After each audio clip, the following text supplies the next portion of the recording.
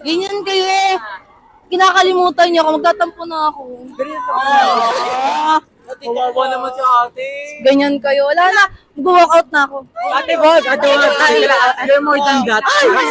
Know your worth. Ay, para related yung verse about dun sa game natin ngayon. Sa chismis ko. Chismis Kumpul. So, ito yung chika. May last game na. Uy! Tapos, ang title ng last game, Sentimental of Joy. Sentimental na nga, joy pa! Okay. So, ganito na So, ganito nga yung mechanics ng game. So, yung bagay na meron ka, i-share mo yung memories mo doon at kung bakit siya mahalaga.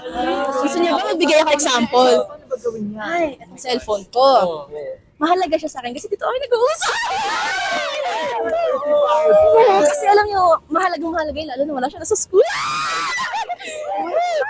Ano? Game na ba kayo maglaro? Game na! Wala, takbo! So, ayan everyone, start na tayo sa pag-interview ng ating mga favorite students. Let's go! Parang may nakita ko dito. Mga students. Ready sila. Hi! Pwede po ba namin kayo ma-interview? Please state your name, grade and section po. Farhana Blasila Isla from 10M. Ayan. So, ngayon, ang gagawin lang natin is i-ask ka namin kung ano yung bagay na dala mo ngayon na may sentimental value sa'yo. So, ano ba yun? Isa lang. Ano? Isa lang po. Isa lang. Po. Siguro ito na lang po. Yung Why? bracelet na binili ko sa SRCC kasi ito yung first ever ata na merch na nabili ko since nag-start ako sa Sobel mag-aral nung pandemic and ang first time ko yung full face-to-face na BMP. Okay, thank you! Ayan, nakakapagod naman maglakad-lakad dito. Oh my gosh, may nakikita na naman ako. I'm spotting something. Oh my gosh. Hello po! Hi! Pwede po ba namin kayo ma-interview? Okay po. May itatanong lang kami. Okay, so, state your name po, grade and section. Jamia Yvonne Rodriguez from 10M. Hannah Beatrice Piñas po from 10M din.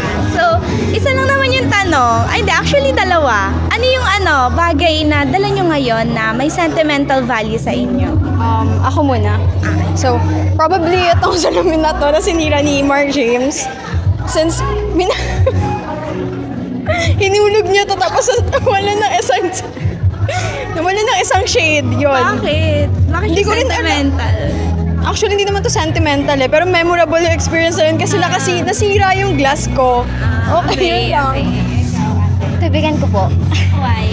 So, para po sa mga kaibigan kong nahihingi po ng tubig. Okay, ayan. So ngayon may tatlo na tayong students na nai-interview and dito sa tapat ng St. Lasal Building ay syempre may nakita na naman ako. Oh my gosh. State your name and ay pwede po namin kayo ma-interview. Yes po. State your name and grade and section. Daniel Martin Refran from 9M po. I'm Kerwin Concepcion from 12Q. Okay, so may isa lang po kaming tanong sa inyo. Ano yung bagay ngayon na bit-bit nyo na sentimentals para sa inyo? Like may sentimental value para sa inyo? Yung photocard po sa wallet ko po. Bakit? Yun yung time na nag-concert kami ng mga friends ko po. Okay po. Sa akin naman is this, etong thing na to, nalimon ko tawag, pero it's, kasi nasira siya, and this thing, ang nagbigay nito is someone special dati sa akin, and hanggang ngayon gamit ko pa rin. Okay po, thank you po. Okay, ayan, so, ilan na ba to? Oh my gosh, I lost count. Uy, charot. Parang pang 6 na yata to. And nandito tayo ngayon sa harap ng Asteria banner or poster. And I think maraming nagpi-picture dito.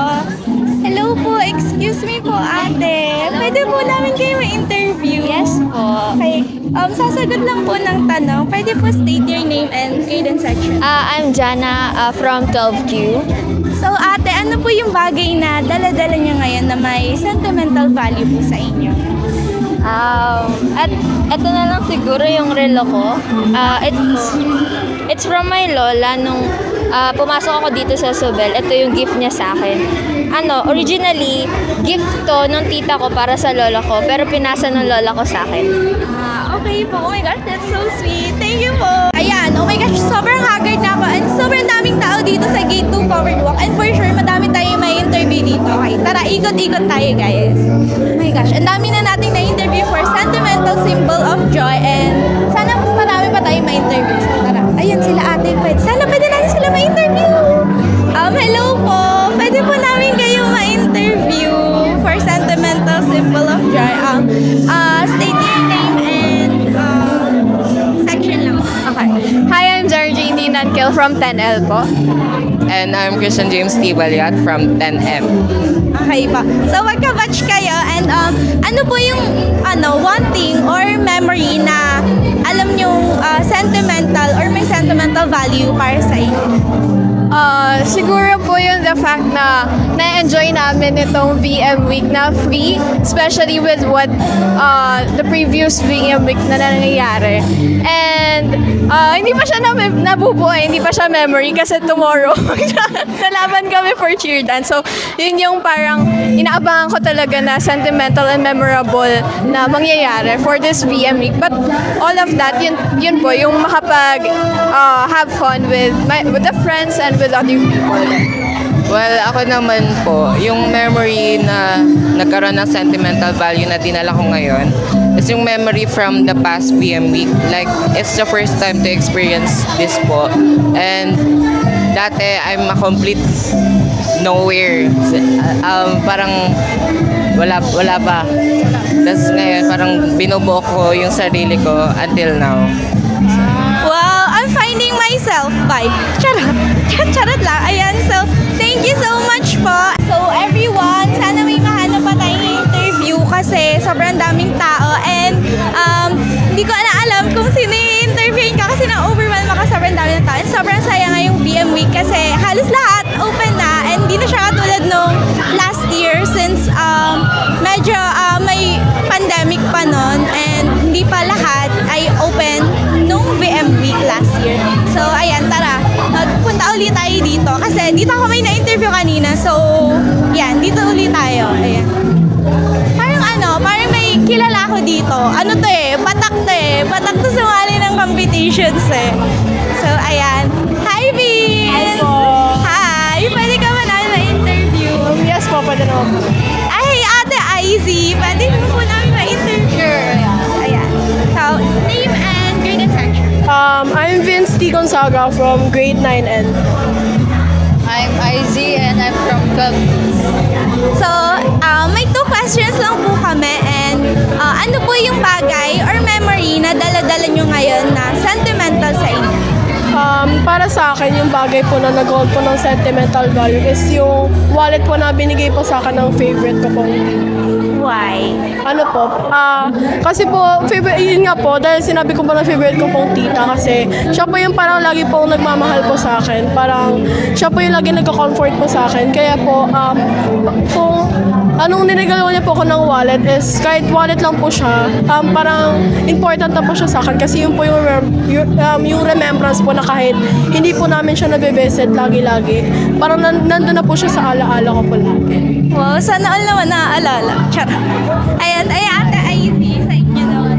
Yung sa akin siguro, magiging sentimental pa lang siya yung call-up ticket namin. So for me, magiging sentimental siya since it's our last year na ng call-up. Tapos parang yung last na na-attendan namin or hindi rin ata kami nakaka-attend nung junior high school. So this is our last chance. So ayun, for me, it's a sentimental. Okay po, thank you po and enjoy po sa collab night and Vince, more competitions to come. Sana manalo ka lagi. Bye-bye po. Ayan, so everyone, it's sad to say na last na natin tong student na i-interview pero siguro next year, oh my gosh, abangan, charot. Ayan, so dito, may nakita ako and sana dapat na siya i-interview kasi dapat, charot.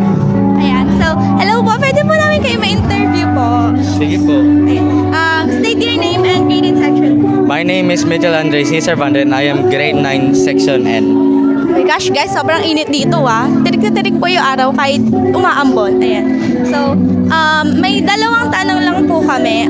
What is one thing or one memory that na-bring mo ngayon na sobrang sentimental para sa'yo or may sentimental value?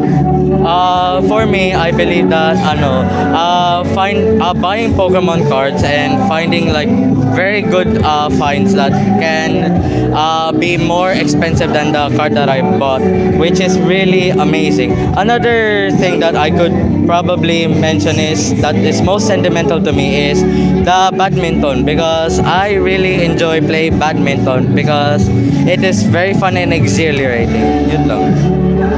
Okay po, thank you po. And sana ma-enjoy mo pa yung VM Week and more VM Weeks to come po to you. And syempre sana makarami ka pa ng finds ng mga bagay na gusto mo. Yun lang, thank you!